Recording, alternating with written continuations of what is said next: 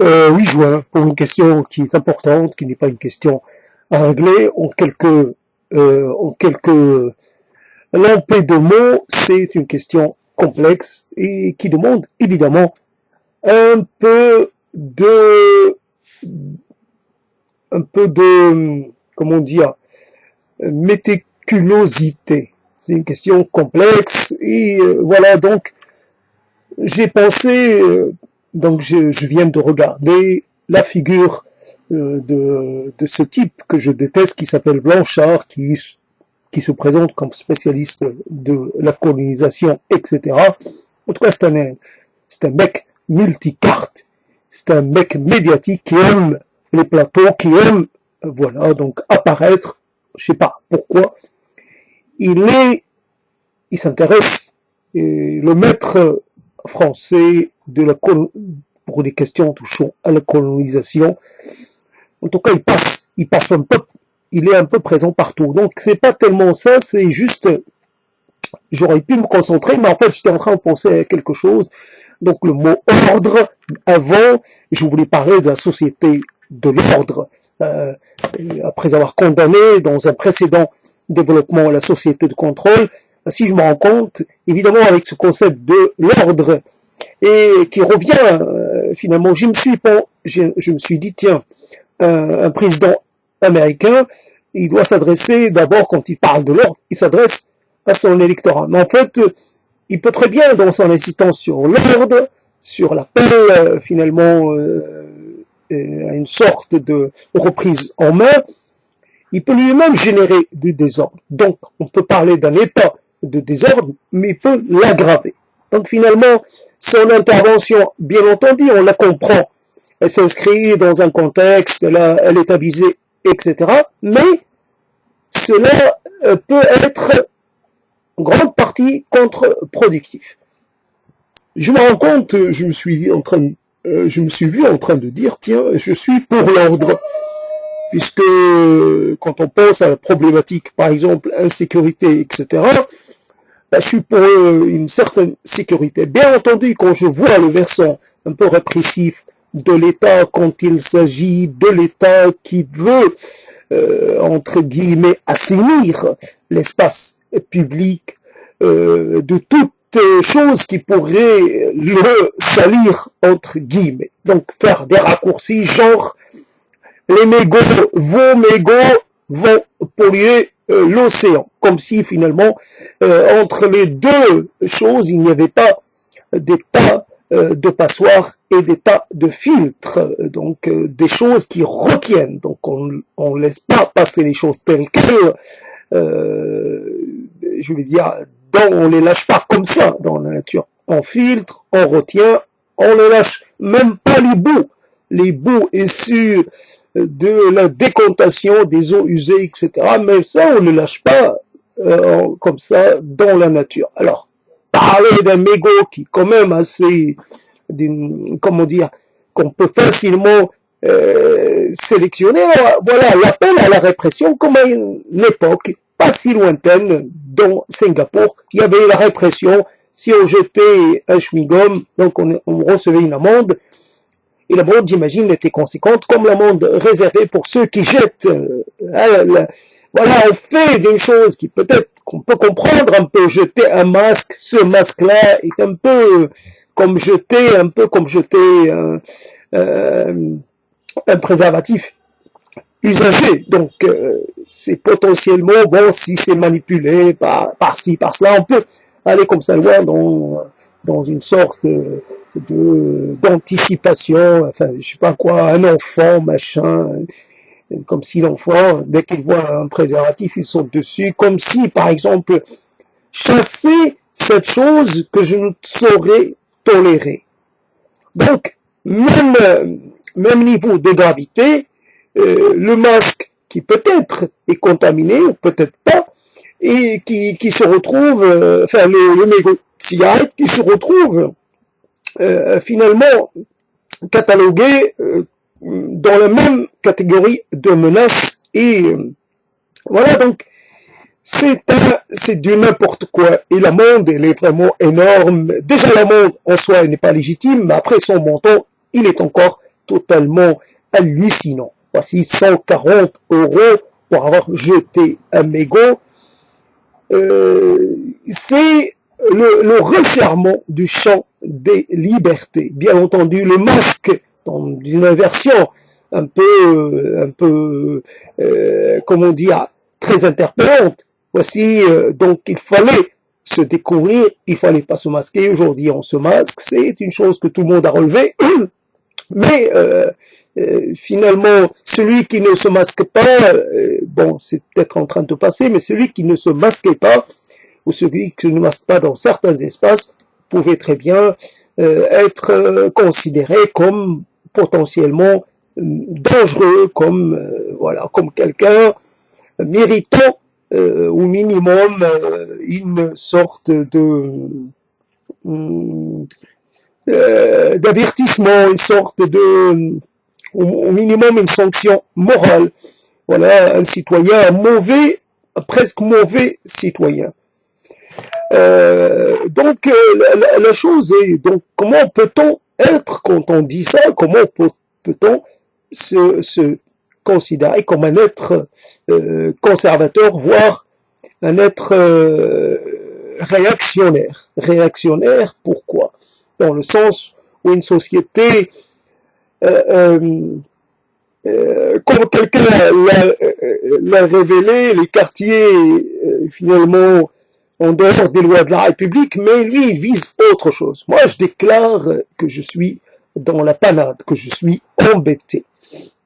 Il y a un problème, voilà, les classes dangereuses, comme les quartiers dangereux, il y a un problème de tranquillité. Ce problème n'est pas strictement français, c'est un problème universel.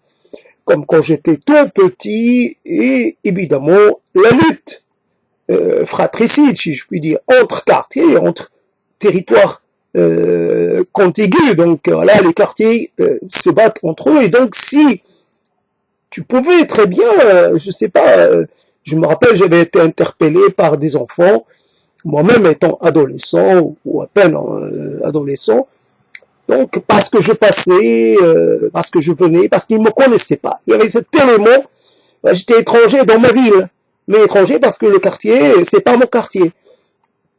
Donc, aujourd'hui, partout dans le monde, il y a des quartiers interdits à tout le monde, il faut pas y aller, c'est trop dangereux. Bien sûr, les gens y vivent, et peut-être ils subissent la loi je sais pas, des parents, enfin des chefs, enfin je sais pas comment on peut appeler ça, ceux qui sont, j'allais dire, non pas les protecteurs, mais ceux qui dominent le quartier. Bien entendu, on va trouver toujours un chef. Hein. Donc le problème est là. Comment peut-on accepter? Et c'est ça le problème. Comment avoir une opinion a priori réactionnaire quand on a par ailleurs beaucoup d'opinions qui sont anti-réactionnaires, comme on peut être l'un et l'autre. Et donc simplement pour continuer un peu dans cette interrogation, ce qui est un peu compliqué avec l'ordre, c'est que l'ordre, il est assez vague, la notion d'ordre. Et la notion d'ordre, c'est que moi, je ne fume pas, quelque part, je suis pas concerné par l'épée de Damoclès, voilà, de l'amende à 140 €. Mais il n'empêche que je me sens pas bien.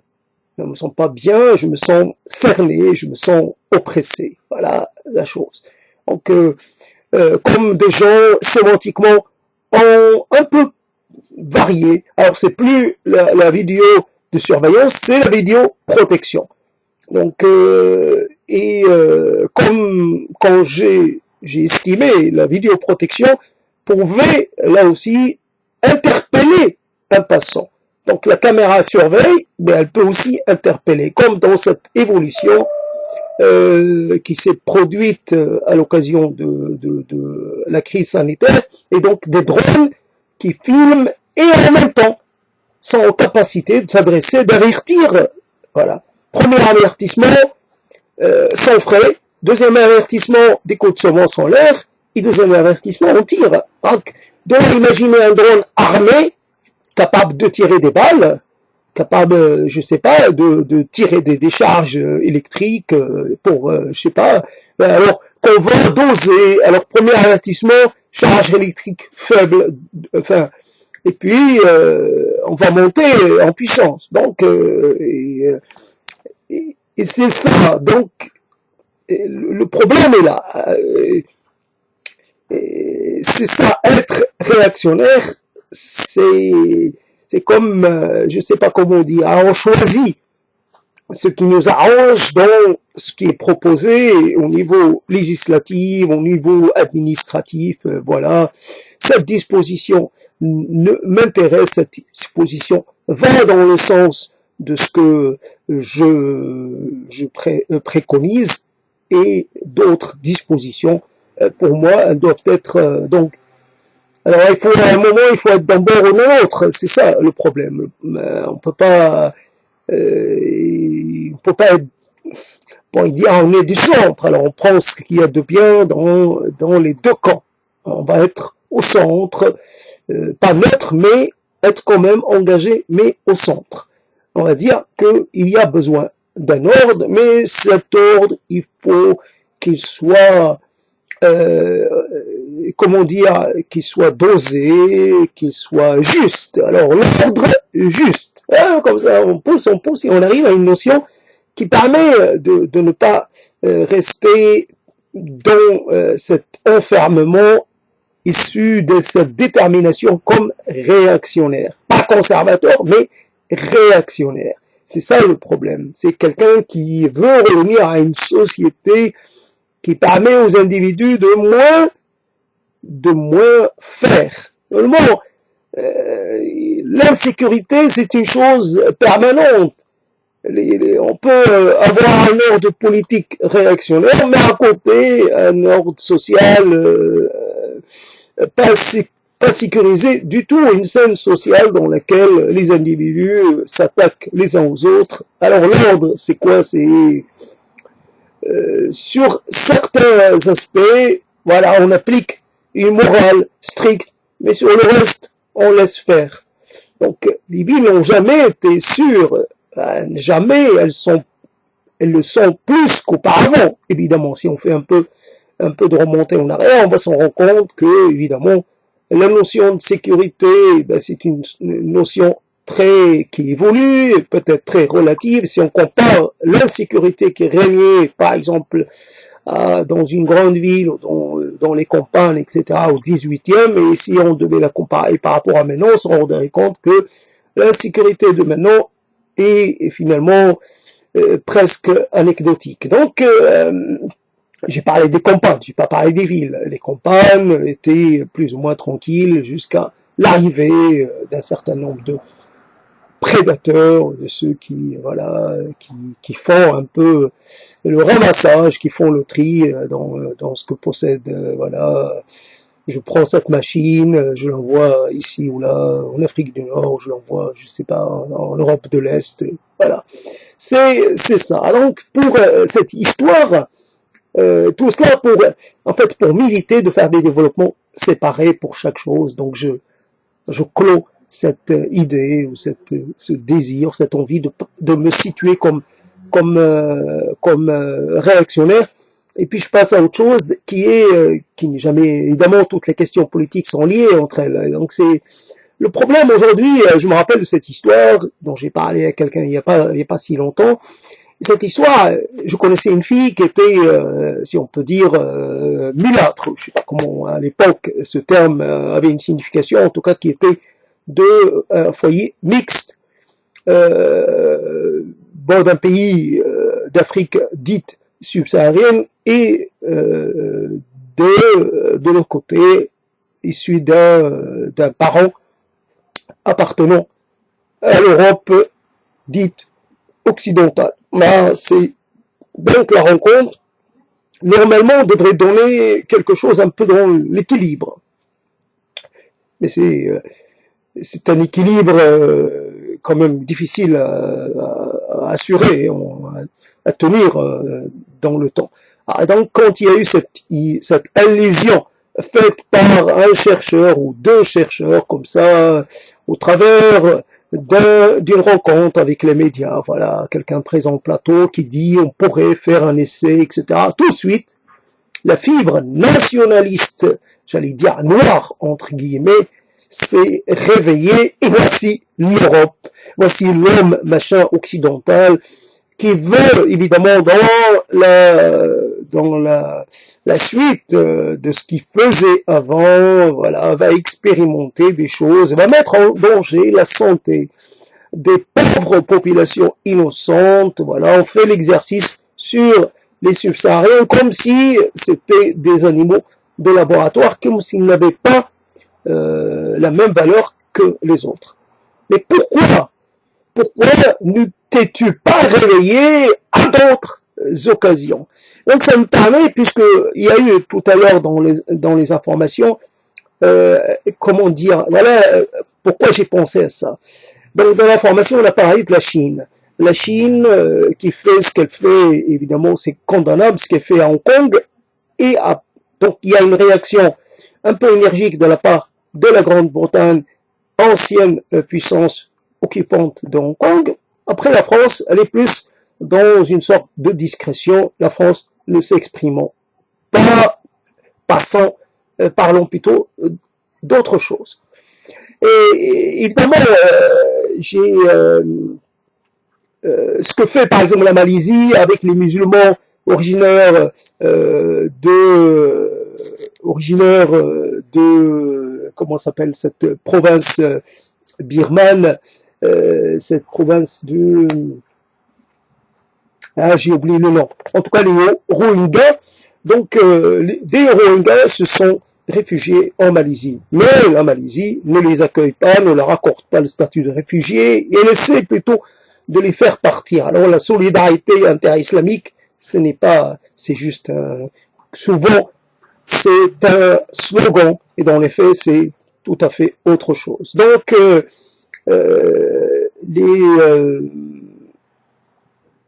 les Rohingyas, on va voir les musulmans, ceux qui se présentent comme musulmans, on va les voir réagir, se mobiliser à l'occasion de ce qui s'est passé en Bosnie, Herzégovine, à l'occasion de ce qui s'est passé en Tchétchénie, à l'occasion de ce qui s'est passé en Birmanie, à l'occasion de ce qui est en train encore de se passer en Chine concernant les Ouïghours et d'autres minorités turcophones et et musulmans.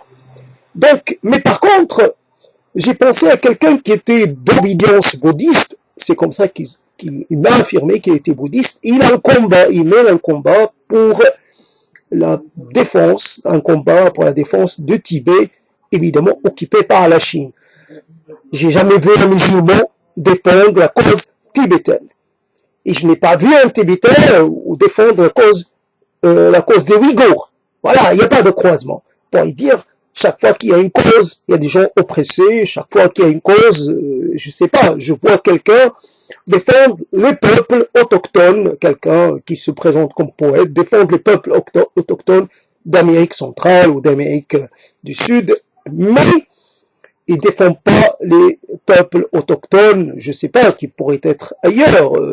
Donc, il pourrait défendre toujours ceux d'Amérique, peut-être ceux d'Amérique du Nord, mais il va pas plus loin. Il va défendre les peuples autochtones qui seraient du côté de l'Océanie ou du côté, ou du côté je sais pas, les Pygmées, par exemple, ceux appelés les Pygmées. Généralement, c'est une dénomination impropre, mais on l'utilise à défaut d'en avoir une autre. Pour l'instant, j'ai dû en avoir une autre, mais je l'ai oublié.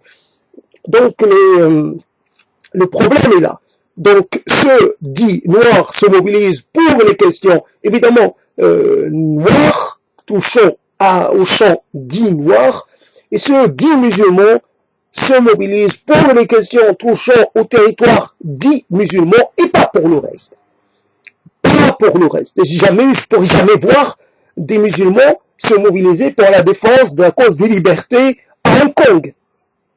Parce qu'Hong Kong, peut-être qu'il y a des musulmans, mais c'est pas la majorité. Hong Kong, c'est le congrès, et voilà. Je peux imaginer si le citoyen américain tué par la police avait un nom à consonance musulmane ou à consonance arabe, peut-être que les musulmans se seraient mis à le défendre.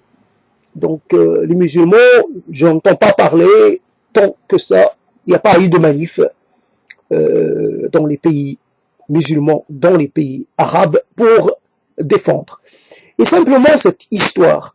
Donc il y a une sélectivité, comme on peut dire, une sélectivité dans, comment on appelle ça, dans la dénonciation, en fait, il y a un terme plus précis, sélectivité dans la réaction, en fait, de se lever ou de se mobiliser, de se soulever, voilà, une sélectivité, non pas dans la révolte, mais une sélectivité dans, j'ai oublié le terme, je suis désolé, je l'ai oublié. Donc voilà, et donc mon idée m'a conduit à penser, mon processus mental m'a conduit à penser à cette chose qui est totalement paradoxale et irrationnelle. Comment la France défend, la France qui est un pays non confessionnel, et c'est ça, et même un pays qui a banni la religion, évidemment, de ses institutions, etc. Comment la France peut-elle se permettre de défendre une confession libanaise, défendre les chrétiens libanais? Je peux comprendre le Vatican, bien entendu, défendant les chrétiens libanais, je peux comprendre, et encore que les chrétiens libanais, peut-être qu'une partie d'entre eux ne sont pas, n'entrent pas sous la comment dire, ne sont pas sous l'autorité du pape. Donc à la rigueur, comme il y a évidemment, il y a des chrétiens, mais après il y a des chrétiens de toutes sortes. Donc on peut dire les chrétiens maronites, peut-être c'est les majoritaires, mais la France va défendre. Donc la France, elle est un État civil, un État qui défend, un État enfin, qui se porte à la défense contre la France défend tout le Liban, contre par exemple la Syrie, elle défend le Liban, État confessionnel, qui interdit le mariage interreligieux. Et c'est totalement inacceptable, évidemment, et révoltant. La France devrait être du côté de ceux qui, finalement, veulent s'émanciper des religions, des carcans de la religion. Et voilà, chacun est sensible à un aspect d'une question, mais par contre, la France, elle fait mieux que tous les autres. La France, elle est carrément, non seulement, elle pourrait défendre les Français, elle pourrait défendre les francophones, mais elle défend les chrétiens alors qu'elle n'est pas une puissance chrétienne. Ou alors, il y a quelque chose qui m'a échappé. La France n'est pas une puissance chrétienne, encore moins une puissance chrétienne maronite. Ah, c'est les problèmes des chrétiens orientaux, les chrétiens orientaux et les chrétiens occidentaux. Et je pense pas qu'ils soient dans les meilleurs termes, les meilleurs rapports. Hein, c'est une chose. Hein. Donc voilà comment on peut retrouver une chose. Alors sélectivité dans la dénonciation, et pourtant toutes les questions touchant je sais pas, la liberté d'un peuple. Évidemment, le Tibet est assez complexe comme situation. Tibet, un État gouverné par un clergé, un État maintenu dans une sorte d'aliénation qui peut nous choquer, évidemment. Mais est-ce que nous avons le droit, on peut être choqué, on peut avoir une opinion, mais est-ce qu'on va faire une croisade, comme on a voulu le faire pour les talibans, une croisade pour libérer la femme afghane, comme on a fait, comme à un moment on s'est mobilisé pour défendre, pour je sais pas quoi, contre les esclavagistes de je sais quoi. Donc quelque part du côté de l'océan Indien, est-ce que c'est C'est ça le problème. Donc le Tibet. Mais en tout cas, la Chine occupe le Tibet sans l'aval des Tibétains, et c'est une question déjà évidemment réglée et vraiment imprudent, et pas du tout, comment dire, celui qui ose soulever la question avec les Chinois. Alors c'est pas Hong Kong, c'est Hong Kong à la puissance 10. La question tibétaine, même recevoir le lama, le grand lama, recevoir le vénérable, qui n'en est pas un pour moi, mais voilà, c'est comme ça. C'est vouloir un peu, c'est porter ombrage, finalement, à la Chine. C'est comme si défier la Chine, comme si on avait la volonté de chercher querelle à la Chine. Donc, non seulement, donc on ne dit rien, on ne dit rien, et les choses, depuis longtemps, les choses sont réglées. La Chine, évidemment, je pense qu'elle a sinisé le Tibet, c'est une affaire réglée. Aujourd'hui, la Chine fait des choses, et ce n'est pas... Alors, quand on veut, là, à ce moment-là, je deviens progressiste. Je suis pas tellement pour le fait de conserver certaines pratiques culturelles, etc. Il y a des pratiques culturelles qui finalement empêchent l'être humain de vivre, de connaître un peu la liberté. Ça a bon goût, la liberté. Le fait de pouvoir penser par soi-même, être en désaccord sans se sentir, sans risquer sa vie, voilà, dire ce que l'on pense, sans remettre en cause la liberté, ça a des limites, évidemment. Ici, on doit user avec de la liberté, on doit en user avec une certaine mesure. Mais dans d'autres lieux, il s'agit, même la liberté réduite n'est pas octroyée, n'est pas permise aux fidèles ou aux citoyens ou tout ce qu'on veut. Donc le problème est que après, je ne sais pas si tout cela, je ne sais pas à quoi ça va conduire. On pourrait dire, tiens, c'est une manière indirecte de briser l'isolement, d'ouvrir ces gens, malgré eux, à la modernité et de les intégrer dans l'espace, j'allais dire, dans l'espace intellectuel, dans l'espace informatif, dans l'espace qui est le nôtre.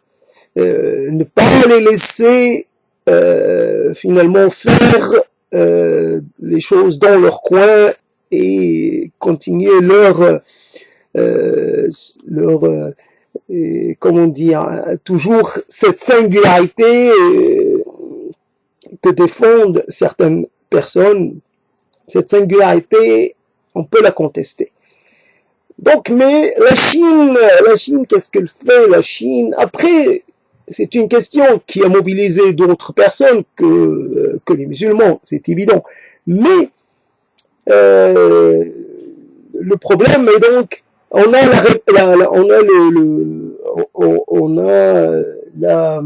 voilà. Donc le qualificatif c'est sélectif. On a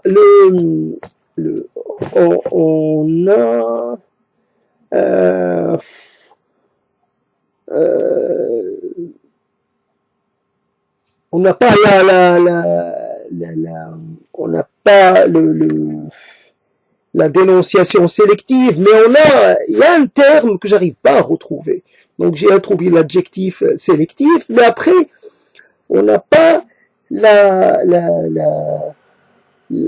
désapprobation sélective, je sais pas, et je trouve pas. Mais j'imagine que vous voyez où je veux en venir, donc vous allez trouver. Donc c'est ça le problème de cette parcellisation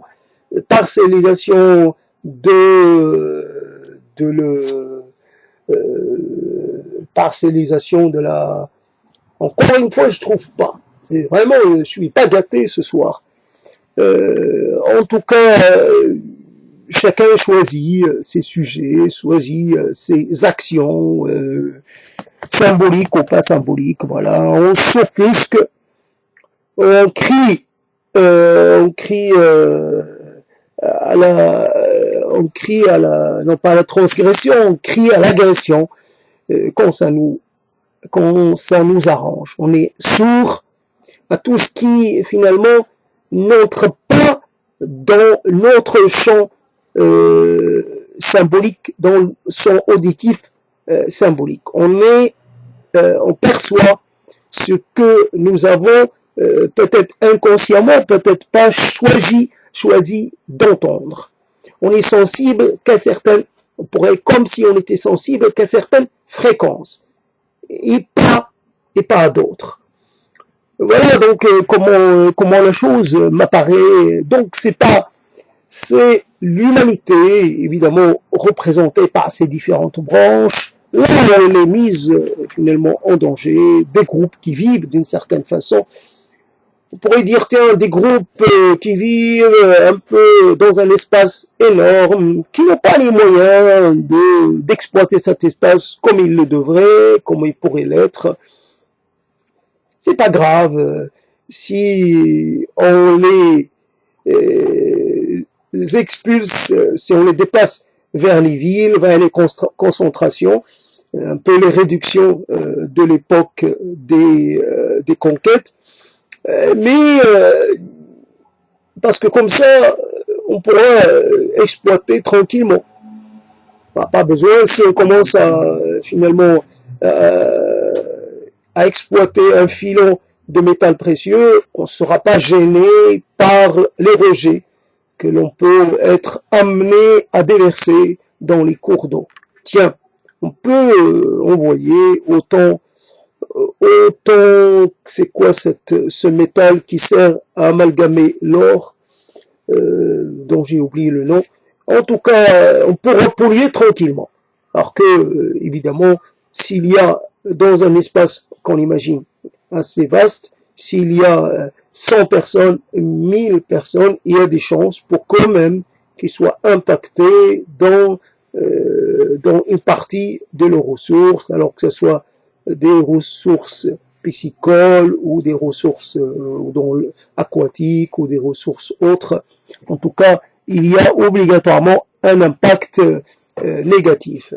Alors, le mercure, voilà, le mercure. J'ai oublié le mercure, mais j'ai retrouvé le mercure, mais par contre, je n'ai toujours pas retrouvé l'autre terme qui m'apparaît plus important, évidemment. On a la dénonciation sélective, voilà, je reste sur ça. Et on a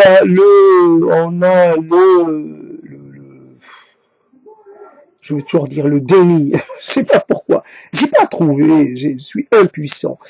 Et donc, c'est ça, alors c'est un mélange de choses comme ça. Évidemment, on parle de choses, on n'oublie jamais que la politique, c'est la chose la plus importante. Les mots, après tout, évidemment, il y a les mots de la politique. Les mots, on peut pas fréquenter que les mots, et les mots sont presque sans rapport avec le réel, ou les mots qui n'engagent pas. Il faut s'engager, il faut donner son opinion, il faut plaire, il faut aller dans un sens ou dans un autre, quitte à plaire ou à déplaire, peu importe. Donc il faut aller présenter ses vues à quelqu'un. Imaginons quelqu'un qui vous entend dire « je suis conservateur, même voire réactionnaire, en même temps je suis progressiste ». Alors là, il y a une contradiction, il y a même une sorte d'impossibilité, ce n'est pas possible de faire tenir les deux.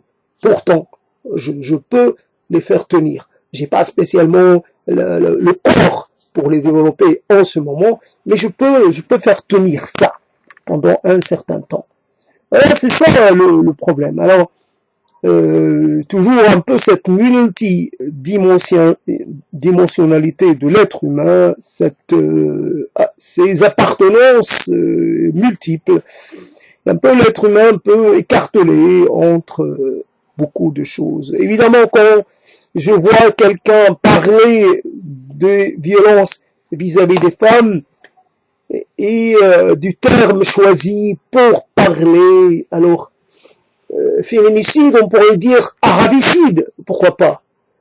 Finalement, négricide, on pourrait étendre un peu la terminologie. À chaque fois qu'on tue quelqu'un dit noir ou quelqu'un dit arabe, on dira arabicide, négricide.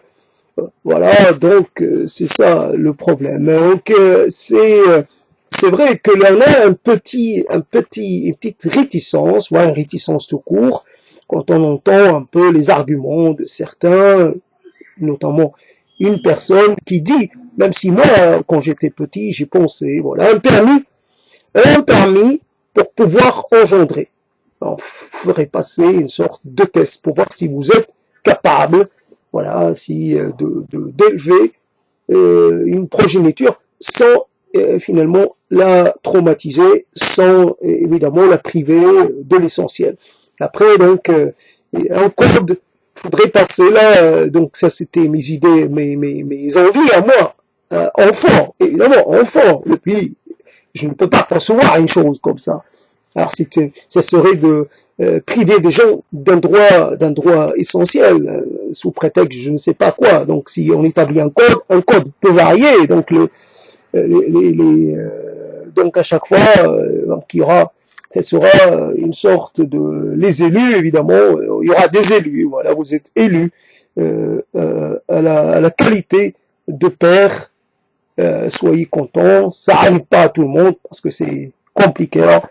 C'est une élite de ceux qui seraient appelés à engendrer, c'est pas possible de réserver ça à une élite ou réserver ça à une catégorie de gens. Aussi, finalement, peut-être aussi dotés de qualités peut-être morales très élevées qu'elles puissent être, ce n'est pas le problème. Même quelqu'un qui n'a pas de qualité a le droit d'avoir des enfants, qui n'a pas de qualité, qui a peut-être une sorte qu'on peut considérer comme une sorte d'anormal, ben on peut pas, sinon ça serait de l'eugénisme un peu social, etc. Donc le problème est là. Donc quand j'entends certaines choses, évidemment, parlant interdisant un peu tout geste, même un geste comment dire, le moins invasif possible. Et quand je vois, évidemment, je vois les femmes et je sais que la violence, je l'ai vu il y a quelque temps, j'ai vu une violence presque naturelle, quelqu'un qui violente sa copine qui était en train de l'attendre, elle l'attendait à côté d'une sortie du métro, et puis il vient, je sais pas, je comprends même pas les raisons. Il y a une violence, j'allais dire coutumière, du mâle vis-à-vis de la femelle, et cette violence, je ne la comprends pas. C'est une chose à laquelle moi j'ai renoncé de façon totale. Jamais il m'est venu à l'esprit la violence, ce n'est pas une chose qui fait partie de l'équation. Impossible. Un rapport qui peut être difficile, mais la violence, non. J'en ai même plutôt peur de la violence. Une femme qui me dit, voilà, arrête, sinon je vais te gifler. Ah, c'est quelque chose qui me mettait dans un embarras pas possible. Comment je vais voilà. Donc le problème est que je ne sais pas comment finir ce propos. Alors, progressiste et réactionnaire en même temps, finalement défenseur de l'ordre et en même temps pourfendeur de l'ordre, pour finalement l'émancipation des minorités, mais en même temps contre le monde divisé en minorités. Alors, minorité sexuelle, minorité culturelle, minorité linguistique, non. Je suis contre. je suis plutôt pour une forme d'homogénéité. Voilà. Donc c'est ça le problème. Je sais pas qui je suis partagé, ultra partagé. Voilà, donc l'être que je suis en ce moment. Et évidemment, je n'ai exprimé qu'une fraction des choses qui me traversent, évidemment, c'est ça. Alors mon corps n'est pas dans le meilleur des dispositions. J'ai la lumière en face qui, qui m'arrive un peu sur le côté, mais qui m'éblouit quand même. Je sais pas très bien et j'ai l'impression de parler dans le vide. C'est même pas une impression, c'est une réalité, c'est une certitude. Je parle dans le vide et je peux avoir presque tous les propos que je pourrais soutenir finalement. Je pourrais faire dans la grossièreté même. Ça ne, comment dire, ça ne fera rien à personne puisque personne va m'écouter. Donc, je suis dans mon espace confidentiel, quoique c'est un espace public, ouvert à tout le monde, ouvert à l'univers tout entier, et pourtant, et ça, je me considère, enfin, je sais pas comment dire, j'ai l'impression que je peux continuer dans ce monologue, alors que j'aimerais qu'il ne reste pas comme ça, j'aimerais tout casser de ce monologue qui me pèse et qui finalement me met toujours devant dans une position inconfortable. Je puise dans mes idées, dans mes références, et finalement, au bout d'un moment, j'ai besoin d'être restimulé. J'ai besoin d'avoir une impulsion. C'est ça, l'impulsion, le retour. Quelqu'un qui me relance sur un sujet, sur un aspect, et voilà que je repars. Mais là, tout seul, j'arrive pas, je me relance, qu'au moment où je peux plus me relancer. Alors j'arrête là, sinon je vais continuer dans cette explication après parole. C'est pas toujours la chose la plus intéressante. En tout cas, j'ai dit des choses, et c'est vrai que je sais pas pourquoi Blanchard me dégoûte à ce point. Parce que à un moment donné, des gens qui se disent algériens alors qu'ils vivent en France, on peut pas être algérien en France, on peut être algéro-français, on peut être français d'origine algérienne, mais algérien.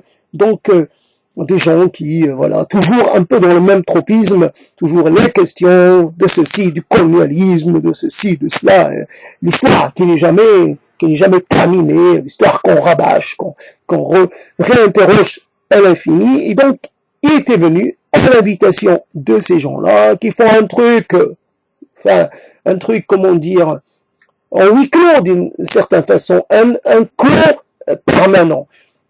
Alors, c'est ça le problème. Et donc, il était là, et moi aussi. Je suis allé à cette chose-là, et je posais une question à ce Blanchard qui n'a pas accordé d'importance.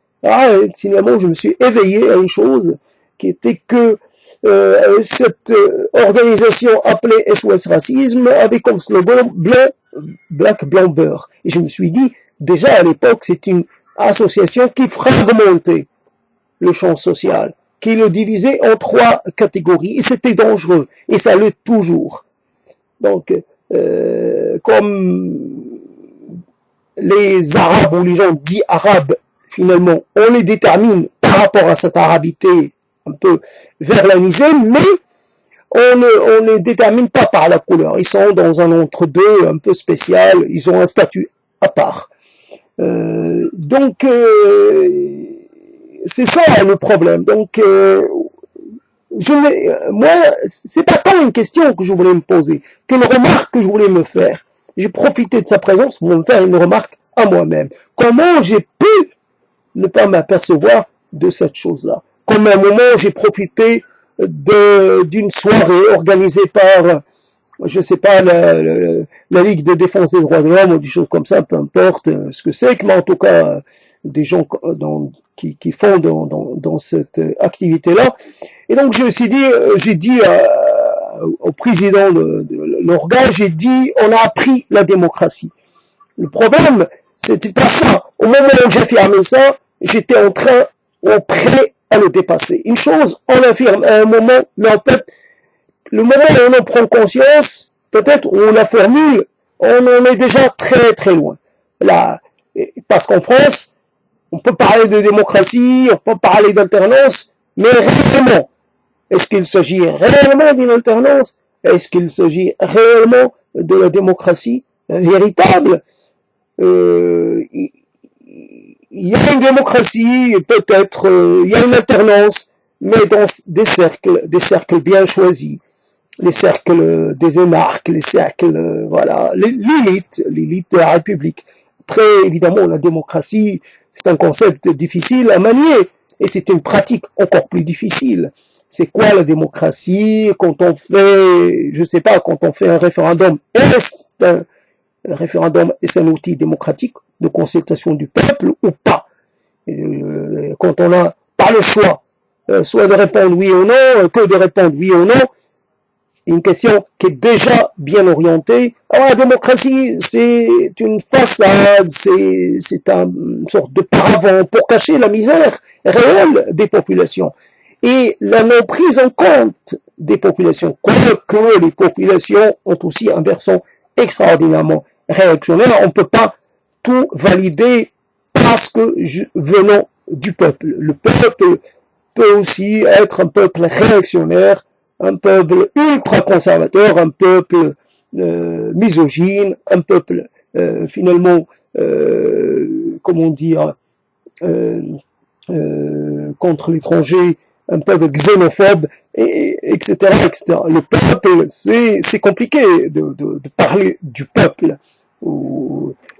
C'est plus facile de parler au nom du peuple que de parler la langue du peuple, ou que de faire parler le peuple.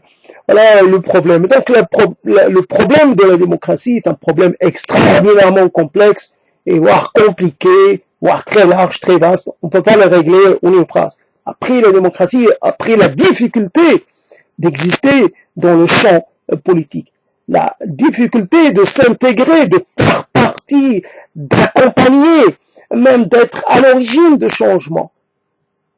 Le champ politique est fermé, et encore plus fermé pour ceux venant de l'extérieur de la France. Un champ politique presque incestueux, voilà. J'allais dire les franco-français entre eux, et puis surtout une partie des franco-français, surtout les Parisiens, d'abord entre eux, et puis le reste et la province. Donc toujours le problème. Pour avoir une chance, il vaut mieux habiter Paris, au moins on est proche des lieux du pouvoir. Là, habiter dans le sud-ouest, pas la peine, à moins de vouloir devenir une sorte de petit baron de province. Bon, c'est pas un destin qui m'intéresse, quoique c'est sur le plan concret, pourquoi pas. Être un baron, c'est mieux que d'être rien, que d'être un serf, ou d'être un simple kidam. Au moins, on a quelques privilèges. Certains ont choisi des baronnies plutôt que des comment on appelle plutôt que j'allais dire des comtés, ou je sais pas comment on dit, les choses en surplus, voilà, enfin la chose plus importante. Donc la baronnie, c'est évidemment une petite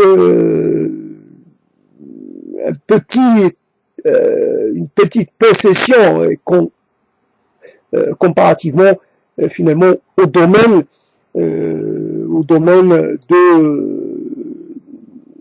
de ceux qui sont au-dessus. Un comte, un duc, voilà, un marquis, voilà, c'est ça. Donc le problème est là. J'ai parlé de figures d'Ancien Régime, mais l'Ancien Régime se continue évidemment et se prolonge dans le nouveau, qui n'est plus tellement un nouveau, mais il y a des similitudes. On a remplacé une élite par une autre, on a remplacé une classe privilégiée par une autre, etc., etc., etc. Là, je suis lancé, mais je vais l'arrêter quand même. Donc, fondamentalement, la démocratie, je sais pas, c'est bon comme, je sais pas, comme de la barbe à papa, je sais pas, vous êtes là, vous prenez, vous achetez barbe à papa, une barbe à papa, bon, c'est la fête, vous faites la fête, c'est la foire, vous régalez, comment on appelle ça, des, des pommes, pommes d'amour, voilà. Mais finalement, la vie n'est pas la foire, la vie n'est pas la fête, la vie c'est la réalité quotidienne. La démocratie au quotidien, c'est une chose totalement abstraite. Il n'y a pas de démocratie. Il y a que des gens finalement obligés d'obéir aux lois, peut-être des lois établies ou mises en place, décrétées peut-être au nom du peuple souverain, mais dans les faits, le peuple, il n'est pas si souverain. Le peuple, il est, j'allais dire, multi-imposé. Non, il est multi-dominé. Il y a toutes sortes de lois. Alors ça va des lois les plus, j'allais dire, les plus simples, les lois municipales, les lois, j'allais dire, tout ce qui est fait, le code de bonne vivance dans les lieux de vie, voilà, les lois écrites et les lois, évidemment, aussi les lois non écrites. Et puis, il y a des lois, il y a toutes sortes de lois, alors toutes sortes de codes, le code de l'urbanisme, le code de ceci, de cela. Donc, c'est oublier que finalement, il n'y a pas moyen de vaincre cette machine omniprésente et cette domination très puissante et qui se renouvelle à chaque fois, qui intègre à chaque fois de nouvelles capacités, de nouvelles compétences. Si tu veux devenir un énarque et par la même occasion pérenniser le système qui finalement ce système qui dévalorise ou qui t'est semblable ou les gens de ta classe, bah tu peux venir. Tu peux venir, il n'y a pas de problème. On peut t'intégrer parce qu'on a besoin peut-être d'un sang neuf, on a besoin de renouvellement, on a besoin d'énergie nouvelle. Si ça vient de la basse classe, ce n'est pas un problème à condition que ce ne soit pas le seul lieu de recrutement ou le principal lieu de recrutement. Donc là, on veut bien recruter quelques éléments comme ça, un peu pour varier l'ordinaire. Mais l'ordinaire, l'essentiel, c'est composé de fils, évidemment. De multi-chanceux, multi-dotés, voilà. Il faut être doté déjà d'un autre genre, doté, voilà, d'une sorte de compétences ou de qualité héritée. Voilà, un héritage non biologique, quoique c'est un aspect biologique et un aspect culturel. Et là, on retombe sur la reproduction des élites, etc., etc. Et donc, je m'arrête là. Donc, je me suis permis je me suis laissé aller un peu. C'est toujours comme ça. Et c'est le problème, en fait, c'est un peu la même chose. Ça se passe la même chose. À la radio, à la télé, on fait venir des gens. Quelquefois, on déplace des gens et ils n'ont pas le temps de s'exprimer, de développer leurs pensées. Quoique, quelquefois, ça arrive sur France Culture, on donne aux gens la possibilité, mais ce n'est pas toujours très intéressant. Alors, tout dépend de celui qui est appelé à parler, à s'expliquer, à développer. Après, c'est toujours le problème. Mais en tout cas, la chose, qu'est-ce que je voulais dire? J'ai oublié j'ai oublié ce que je voulais dire. Voilà, dans une situation, vous avez un invité, un conférencier qui vient et vous l'avez pas. Il parle et quand il a fini de parler, vous lui posez une question, vous n'avez pas la possibilité de développer vos questions. Vous pouvez lui poser une question, mais à condition de rester, j'allais dire, courtois, de ne pas lui rentrer dedans, de ne pas finalement aller à la bagarre avec.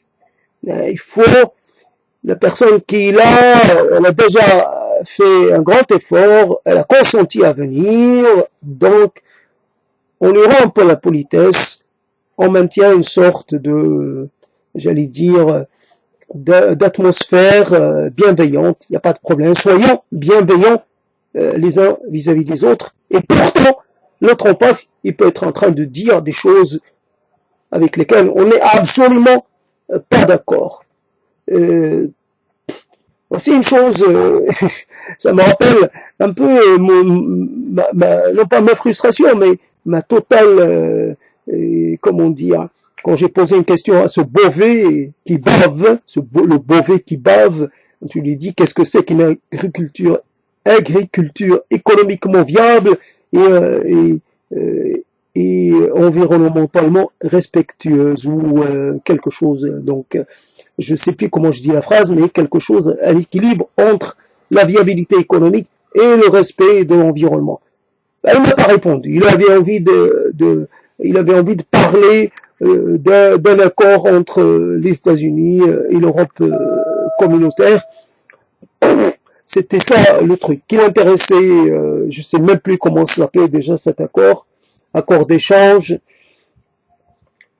Voilà donc voilà ce que c'est que d'aller un peu faire l'élève. Il n'y a pas moyen. Il faut prendre la parole. Il faut soi-même se déterminer en tant que producteur de parole. Et on n'est pas là dans un espace qui appartient à un autre. On crée son propre espace. Et c'est ça. Et alors, après, on fait une chose et on la laisse vivre. Qu'elle ait du succès ou pas, c'est pas le problème. Le problème, c'est on s'est donné le temps de développer une chose, comme quand j'ai pu parler de la démocratie, ce que j'en pense en ce moment. Et puis, voilà. Donc, voilà, j'ai besoin donc, finalement, je sais plus, en apprenant depuis longtemps, où j'apprends à condition que je puisse moi aussi apprendre à quelqu'un. Donc, je n'apprends que si je suis en capacité de transmettre. Sinon, je suis plus un enfant depuis longtemps. D'ailleurs, même enfant, j'avais des choses à dire. Alors, encore maintenant, un adulte vieillissant, je peux pas mettre là, tranquillement, croisant les mains et en écoutant, bien, les fesses bien fichées dans mon siège, et je joue le mec socialement respectable. Non, je suis pas respectable. Je peux être totalement, je veux dire, un être totalement insupportable. Et quelquefois, je pourrais avoir envie d'être insupportable et finalement de renverser la table et de dire ce que vous faites là, c'est du n'importe quoi. C'est du carnaval, c'est une mascarade. Qu'est-ce que tu es là, toi chercheur, qu'est-ce que tu viens nous raconter? Chercheur, va raconter tes trucs à tes collègues. Nous, on n'en a rien à foutre de la recherche. Ce qu'on veut, c'est du concret. On veut pas de la recherche. On veut pas de la recherche et de la réflexion sur le changement. On veut le changement. Si tu viens nous parler de théories sur le changement, on ne veut pas théoriser le changement. On veut que le changement se produise, on en a déjà une idée. Une idée instinctive. On a une idée, ce qu'on veut, c'est une idée qui n'a pas besoin de passer par le biais ou par le canal de l'intellectualisme et de la recherche. C'est quoi d'ailleurs la recherche sociale? C'est quoi cette histoire? Qu'est-ce que tu me racontes? Mais à force, on va noyer la chose. On va éluder le besoin de changement. On va le noyer dans l'interrogation sur le sens à donner au changement. comment, et si on change comme ça va plutôt entraîner des conséquences de cette nature. Alors, si on bouge dans un sens, évidemment, il y aura des conséquences découlant de ce mouvement. Si on se mouvant dans un autre sens, évidemment, d'autres conséquences. Voilà, le changement est devenu une affaire de discussion, une affaire d'échange, presque une affaire de divertissement. Le changement, ce n'est pas le divertissement, c'est l'action. Après, l'action, on n'est pas le seul acteur sur la place publique. On peut évidemment essayer de défendre ses idées et quelquefois un peu vigoureusement, et on peut se retrouver rapidement finalement en confrontation avec les services de l'État, et évidemment c'est là où se trouve un ennemi, un adversaire en tout cas, parmi d'autres adversaires. Il n'y a pas que la puissance publique qui est l'adversaire ou qui peut s'opposer à un changement, il y a aussi d'autres groupes sociaux, et c'est la réalité, c'est d'aller à la confrontation avec l'État, avec les autres groupes sociaux, qu'ils soient supporters de l'État ou pas, supporters du régime en place ou pas, en tout cas, c'est dans le combat que l'on arrive finalement à finaliser nos revendications, à les enrichir, aussi à les alléger ou à les rendre beaucoup plus concrets, beaucoup plus comment dire, beaucoup plus mobilisateur, je trouve pas l'autre terme, beaucoup, non pas percutant, mais beaucoup plus agissant, beaucoup plus, j'ai pas trouvé le terme. En tout cas, voilà comment je finis. Tout cela, c'était pour arriver à 1h. Je suis arrivé à 1h et je m'arrête là. Et je dis merde d'une certaine façon. Je dis non, pas merde, je retire. Je dis zut flûte. J'en ai rien à fiche de Chantal Mouffe ou des gens comme ça. J'en ai rien à fiche. La réalité, c'est pas une question intellectuelle. La réalité, c'est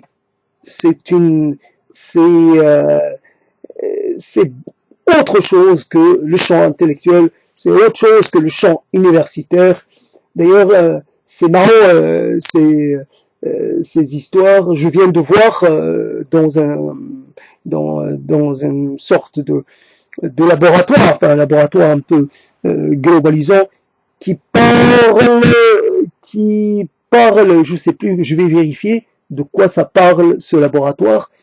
Il parle de choses évidemment qui sont en rapport avec une réalité sociale en cours, et donc déjà il demande des gens qui pourraient finalement s'occuper de travailler dans ce qu'il pourrait appeler laboratoire de je sais pas comment dire social. Et donc c'est ça le truc, c'est ça, et après je vais finir. Donc c'est je vais y arriver, je vais le trouver et après je vous libère.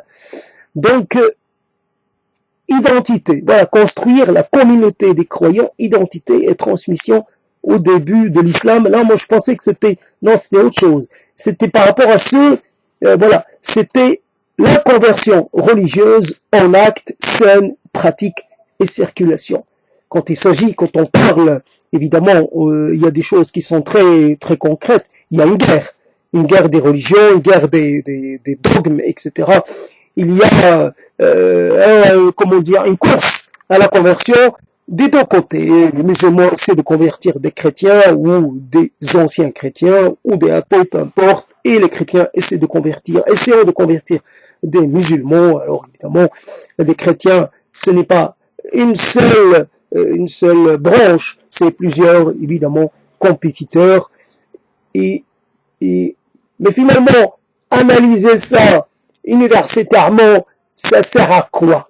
Ça sert à quoi, puisque c'est quelque chose de très actuel? Est-ce pour donner à la fin aux acteurs publics, aux gens en responsabilité, leur donner les moyens? Quand on voit des pays essayant de freiner cette, j'allais dire, ces conversions, essayer de dompter ces dynamiques-là.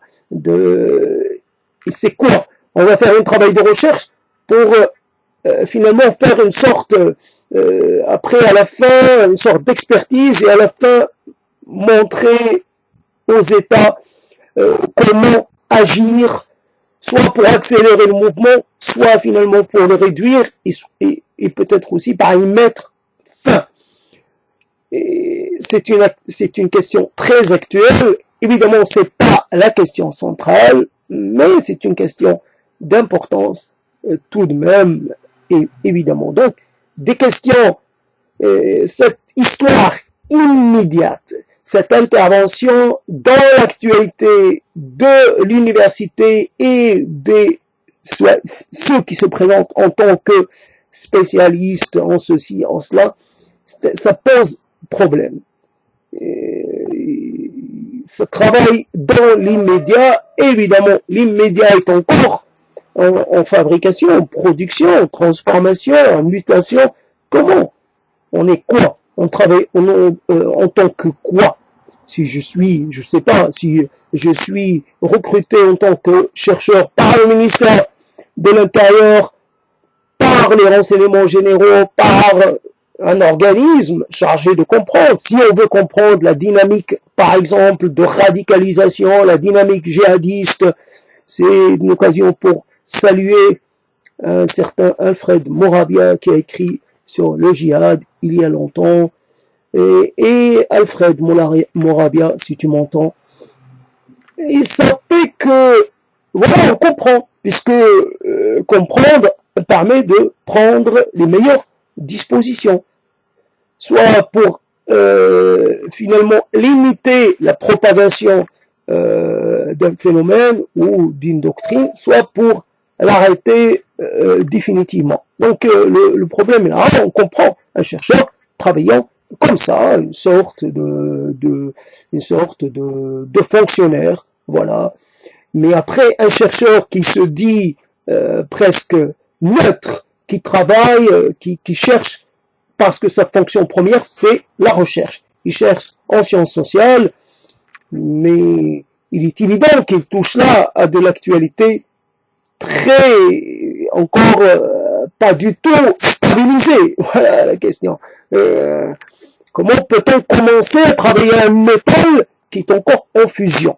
Voilà, je suis déjà en train de faire, le métal est en fusion, je suis déjà en train non pas dessiner, mais de graver des motifs. C'est un non-sens, c'est une impossibilité, dire, théorique et pratique aussi. Alors, je vous dis à bientôt, donc j'ai dépassé mon temps, qui est celui d'une heure, mais c'est comme ça. Alors, prenez la parole, n'hésitez pas, commencez, après vous allez voir que ça va vous entraîner et que vous allez un petit peu être... je sais pas, ça va vous donner une sensation, pas toujours quelconque, une sensation agréable quand vous avez commencé à posséder les mots, à trouver le moyen, comment les avoir de votre côté. C'est vrai que ça peut commencer de façon un petit peu balbutiante, et finalement ça passe à quelque chose de plus affirmé, de comment dire, plus clair, voilà, c'est plus abouti, voilà, en quelque sorte. À bientôt.